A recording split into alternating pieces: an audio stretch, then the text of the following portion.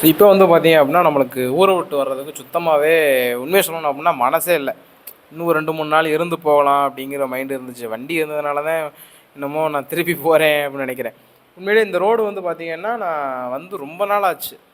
ஊர்ல அதாவது சென்னைக்கு வர்றதுக்கு முன்னாடி இந்த ரோட்ல வந்து அதிகமா பயணம் பண்ணியிருக்கேன். எதுக்காக அப்படின்னா, இந்த மதுரை போறது, நான் கொஞ்சம் நம்ம லோக்கல்ல ஏதாச்சும் ஒரு trip, airport pickup, drop so இந்த மாரி போறேன்னா, அந்த டைம்ல மட்டும் தான் இந்த ரோடு நான் போவேன்.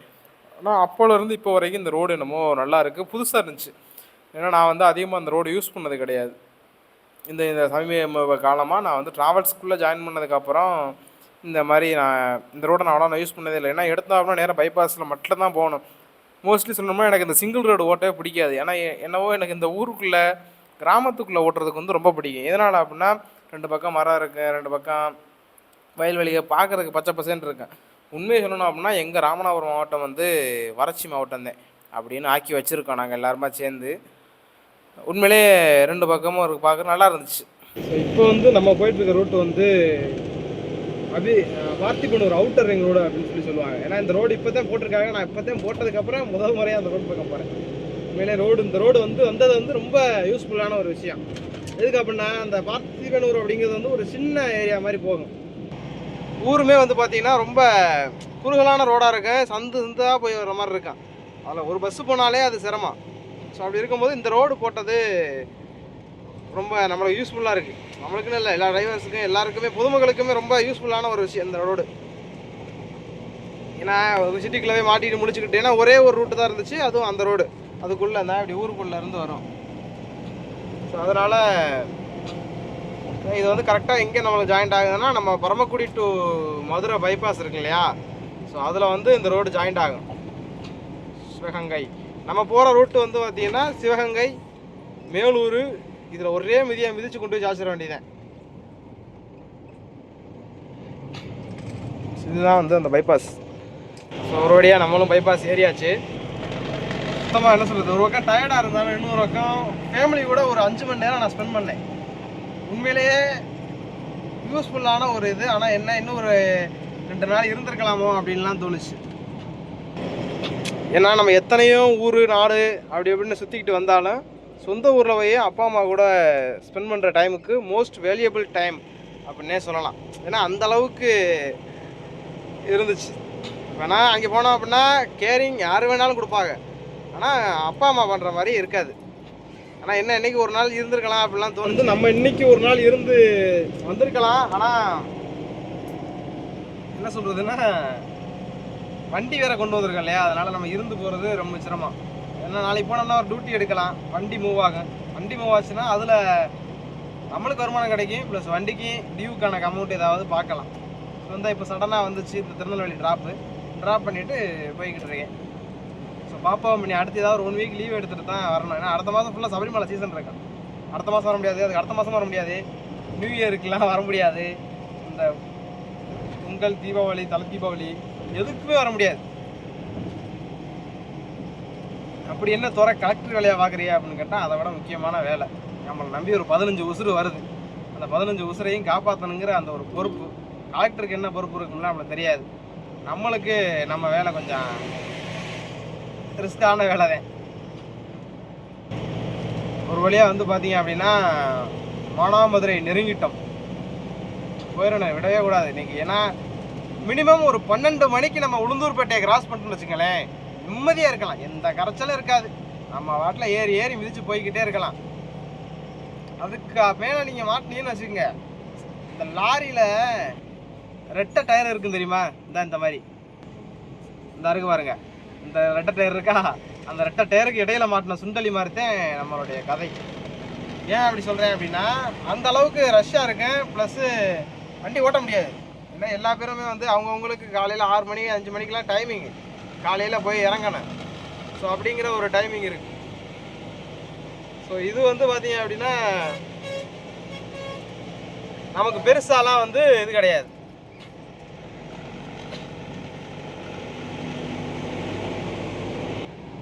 ஸோ இந்த இடம் பாருங்களேன், நல்லா இருக்குல்ல, சூப்பராக இருக்குங்க அந்த ஸ்பாட்டு. இதில் நின்று ஆனால் பார்க்குறதுக்கு தான் பூரா பச்சை பசேன்னு இருக்குங்க, ஆனால் பூரா கருவக்காடு. எங்கள் ஊர் பசுமை வாய்ந்த ராமநாதபுரம் மாவட்டம்னாலே பசுமை தான். அப்படின்னு நான் மட்டும்தான் சொல்லிக்கிறேன்னு. உண்மையிலே அப்படி இருந்த ஊர் தாங்க இது. அதை அப்புறம் அப்படியே மாற்றி கெடுத்து அதை குட்டிச்சவராக்கி ஸோ போய்கிட்டு இருக்கு.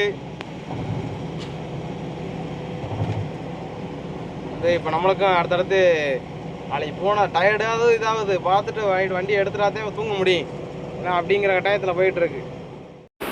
ஸோ அதுக்கப்புறம் அப்படியே நம்மளும் ஏறி வந்தாச்சு. மானாமதுரையில் இருக்கக்கூடிய அந்த ஒரு கோயில் ரொம்ப ஃபேமஸான கோயில், பவர்ஃபுல்லான ஒரு கோயில். நான் வந்து எப்போ வண்டிக்கு போனாலும் சரி, நான் மட்டும் இல்லை யாராக இருந்தாலும் நின்று சாமி கும்பிட்டு போகிற ஒரு ஊர். அந்த கோயில் வந்து அவ்வளோ பார்க்குறதுக்கு அழகாக இருக்குது. இந்த இடத்துல ஒரு பெரிய ஆலமரம் ஒன்று இருந்துச்சு. ஸோ அதனால் இப்போ இதை எடுத்துட்டாங்க, ரோடு போகிறதுனாலையான. ஆனால் அந்த சிலை வந்து அங்கே அப்படியே தான் இருக்கும். கோயில் வந்து பார்த்திங்க அப்படின்னா மானாமதுரை ஜங்ஷனில் இருக்கக்கூடிய ஒரு கோயில். ஸோ அதில் வந்து பவரான சாமி. ஸோ ஒரு வழியாக நம்மளும் சாமியை கும்பிட்டு வண்டியை எடுத்துகிட்டு மூவ் பண்ணியாச்சு. நீ அடுத்து நிறுத்துகிற இடம் திருச்சியை தாண்டி தான் பாட்டணும். வரும்போது என்னடா ஒரே கூட்டமாக இருக்குது டீ கடையில் அப்படின்னு பார்த்தா, நம்ம கல்வித்துறை அமைச்சர் அன்பில் மகேஷ் அவர்கள் வந்து அந்த டீ ஷாப் புதுசு ஓப்பனிங் போல். ஸோ சீஃப் கெஸ்ட்டாக அவர் வந்து கூப்பிட்ருக்காங்க. ஸோ நம்மளும் இறங்கி ஒரு பார்த்துட்டு போயிடுவோமே அப்படிங்கிறதுனால இறங்கி நம்மளும் போய் பார்த்துட்டு ஃபோட்டோ எடுக்கலான்னு பார்த்தோம். ஆனால் ரஷ்ஷு நம்மளே போட்டு சித்திரவதை பண்ணிட்டாங்க. சரி இந்த கூட்டத்தில் எதுக்கு, இல்லாமல் நம்மளுக்கு ஒரு சில வேலைகள் இருந்துச்சு. 1 மணிக்கெலாம் நம்ம சென்னைக்குள்ளே போகணுங்கிறதுனால தூரத்தமாக இருந்து பார்த்துட்டு நம்ம 2 ஃபோட்டோவை எடுத்துகிட்டு அப்படியே கிளம்பிட்டோம். உண்மையிலே சரியான கூட்டங்க, அந்தளவுக்கு இருந்துச்சு. எடுத்துகிட்டு பார்த்தா மூவ் ஆகி போய்கிட்டே இருந்தாங்க.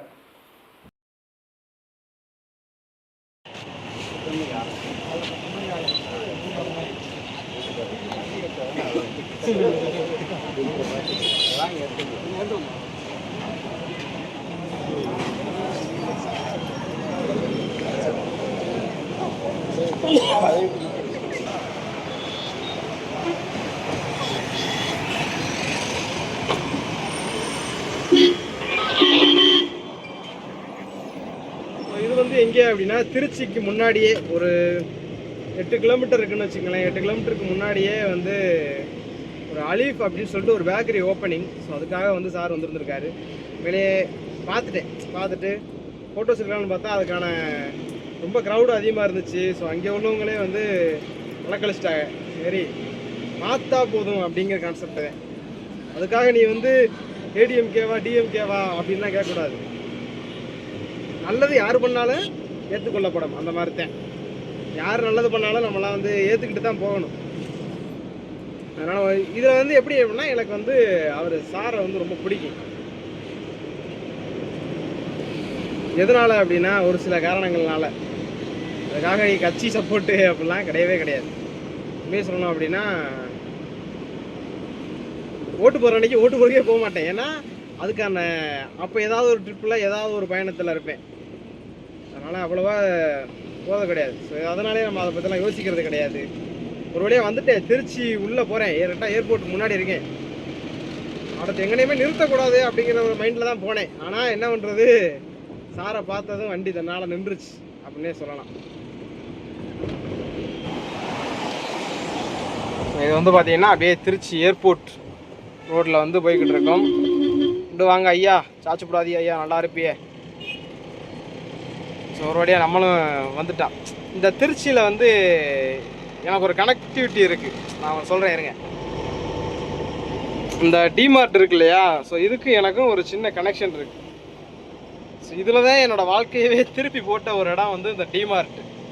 எதுக்கு நான் வந்து இப்படி சொல்கிறேன் அப்படின்னா, ஸோ எதுக்காக நான் வந்து இந்த இடத்த நான் வந்து குறிப்பிட்டு சொல்கிறேன் அப்படின்னா, ஒரு டைம் வந்து நான் இந்த ட்ராவல்ஸ் ஜாயின் பண்ணி முதல் டியூட்டி நான் எடுத்துகிட்டு வந்தேன். ஒரு மலேசியன் கஸ்டமர் தான் வந்து கூட்டிகிட்டு வந்தேன். அப்போ வந்து எனக்கு சென்னையை பற்றி எனக்கு அவ்வளோவா தெரியாது, ரூட்டு தெரியாது. எந்த ஒரு டூரிஸ்ட் பிளேஸாக இருக்கட்டும், கோவிலாக இருக்கட்டும், எனக்கு அவ்வளோவா ரூட்டே தெரியாது. ராமநாதபுரத்துக்குள்ளே விட்டாலும் சுற்றிக்கிட்டு வரலாம் அப்படிங்கிற மாதிரி ஆள் தான் நான்.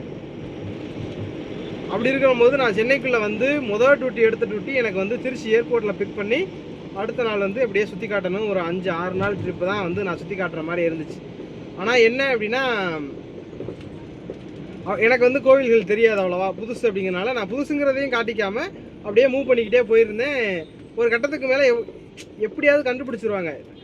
ஏன்னா தெரியலை அப்படிங்கும்போது நான் அதில் ஒரு சம்பவம் என்ன அப்படின்னா, ஸ்ரீரங்கம் கோயில் இருக்கு இல்லையா, அந்த கோயிலில் என்ன பண்ணேன், வாசல்லே இறக்கி விட்டேன். ஏன்னா உள்ளே வண்டி போகும் எனக்கு தெரியல.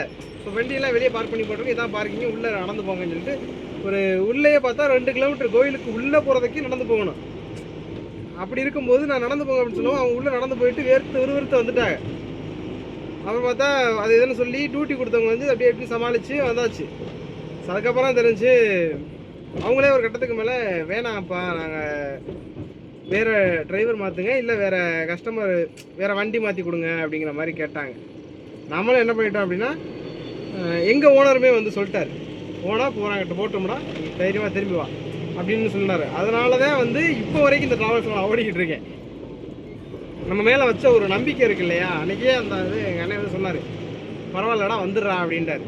இங்கேருந்து அப்படின்னா திருப்பி ரிட்டன் வந்த வண்டி எம்டிக்கு 5000 டீசலை போட்டு நான் வரேன். அப்படி இருக்கும்போது தெரியாமல் முன்ன பின்ன யாருன்னே தெரியாத புதுசாக வந்த ஒரு டிரைவர்கிட்ட பரவாயில்லடா அப்படி நம்மளுக்கு வேணாம்டா நீ வந்துடுறா அப்படின்னு சொன்னார் எங்கள் ஓனர். ஸோ அதனால தான் வந்து இந்தளவுக்கு இப்போ வரைக்கும் இதோட 3வது வருஷம் கனெக்ட் போயிட்டுருக்கு. அதனால தான் இன்ன வரைக்கும் நானும் மூவ் பண்ணி போய்கிட்டு இருக்கேன். ஸோ இந்த மாதிரி இப்போ நீ வந்து எந்த எல்லையில் விட்டாலும் நான் தப்பிச்சு வந்துடுவேன். ஏன்னா எனக்கு வந்து நிறைய இடங்களில் சுற்றி இப்போ வந்து ஃபுல் அண்ட் ஃபுல்லாக வந்து ஊரை சுற்றுறத வேலையாக வச்சுக்கிட்டு இருக்கேன். ஒரு நேரத்தில் வந்து ஊர் சுற்றினோம்னா என்ன உன் பையன் ஊரை சுற்றிக்கிட்டு இருக்கேன் அப்படிங்கிற மாதிரி இருக்கும். ஆனால் இப்போ என்ன அப்படின்னா எனக்கு வேலையை பார்த்தீங்கன்னா ஊரை சுற்றுற மாதிரி தான் கிடச்சிருக்கு. ஏன்னா இப்போ கேள்வி கேட்க முடியாது, ஏன்னா என்னோடய வேலை அப்படி, நான் ஊரை சுற்றிக்கிட்டே தான் இருக்கிற மாதிரி இருக்கும். இந்த திருச்சி டிமார்ட் இருக்கு இல்லையா, இது வந்து எனக்கு ஒரு பெரிய கனெக்டிவிட்டியை கொடுக்கும். ஏன்னா இந்த இடத்துல தான் என்னோடய டர்னிங் பாயிண்ட் அப்படின்னு சொல்லி நான் திருச்சி வந்துருச்சு. ஒரு வழியாக திருச்சிராப்பள்ளி வந்தாச்சுங்க. வந்துட்டு முடிச்சுட்டு அப்படியே நேராக பிரிட்ஜ் ஏறினோம்னா நம்மளுக்கான வேலைகள் முடிஞ்சிருச்சு. பிரிட்ஜோடு நம்மளுக்கு ஒரு அடுத்த மிதி வந்து அடுத்த ஸ்டாப்பிங் உளுந்தூர்பேட்டையில் போடலாம் அப்படின்னு சொல்லிட்டு இருக்கேன். எதுக்காக அங்கே போகிறேன் அப்படின்னா, அப்போ தான் நம்ம நான் ஸ்டாப் போகலாம் அப்படிங்கிறதுனால தான். ஏன்னா நம்ம டிராஃபிக்கில் மாட்டக்கூடாதுங்கிறதுனால தான் இவ்வளோ சீக்கிரமாக வீட்டிலேருந்தே கிளம்பி வந்துக்கிட்டு இருக்கான். அதனால் முடிஞ்ச வரைக்கும் எப்படியும் 1 மணிக்கெலாம் போயிடுவேன். சென்னைக்குள்ளே இன்னும் ஒரு 340 கிலோமீட்டர் இருக்குன்னு நினைக்கிறேன், 320 கிலோமீட்டர் இருக்கேன். 1 மணிக்கெலாம் வண்டி சென்னை போய் ஆக வேண்டிய கட்டாயத்தில் இருக்குது.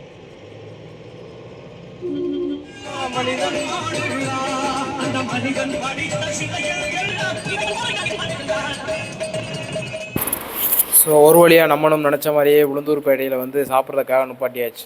நைட் டைமில் வந்து அதிகமாக ஃபாஸ்ட்டு ஃபுட் எடுத்துக்கூடாது, நான் வேறு வழி இல்லை. அதுதான் வந்து நைட் டைமில் கொஞ்சம் சூடாக இருக்கும் அப்படிங்கிறதுனால ஒரு சிக்கன் ரைஸை போட்டு சாப்பிட்டுட்டு அப்படியே நம்மளும் வண்டி எடுத்தாச்சு. எடுத்து கரெக்டாக வந்து பார்த்திங்கன்னா 1 மணி சென்னைக்குள்ளே வரும்போது. ஸோ இப்போ டைம் வந்து பார்த்திங்கன்னா கரெக்டாக 1 மணி.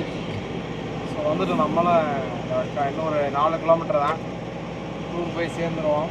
ஸோ அதுக்கப்புறம் தூங்கணும், என்னெல்லாம் எரியுது, காலையில் என்ன வேலைகள்னு சொல்லிட்டு அதெல்லாம் பார்க்கணும்.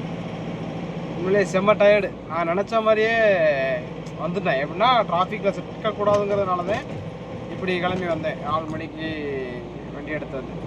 ஏன்னா இதுக்கப்புறம்லாம் செம்ம ரஷ் ஆகும் ரோடு. அதனால் பாய், அடுத்து போய் பார்ப்பேன். தலைவலிக்குது, டீ குடிக்கலான்னு தான் பார்க்குறேன்.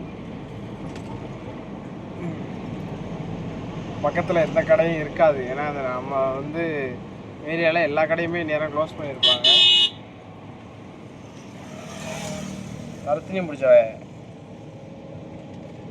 எல்லாம் வந்து எதுக்காக குலைச்சிக்கிட்டு இருக்கு அப்படின்னா என்னைய பார்த்து இல்லை, அங்கே ஒரு டீம் ஆள் உட்காந்துருக்காரு.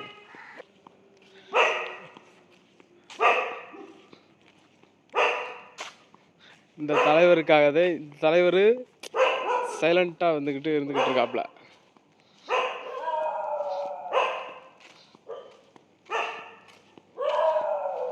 இந்த வேகத்தலையை தாண்டி நீயும் வரக்கூடாது நானும் வரமாட்டேன்னு சொல்லிட்டு அது 3 அந்த வேகத்தில் நிற்கிது. ஸோ அண்டவா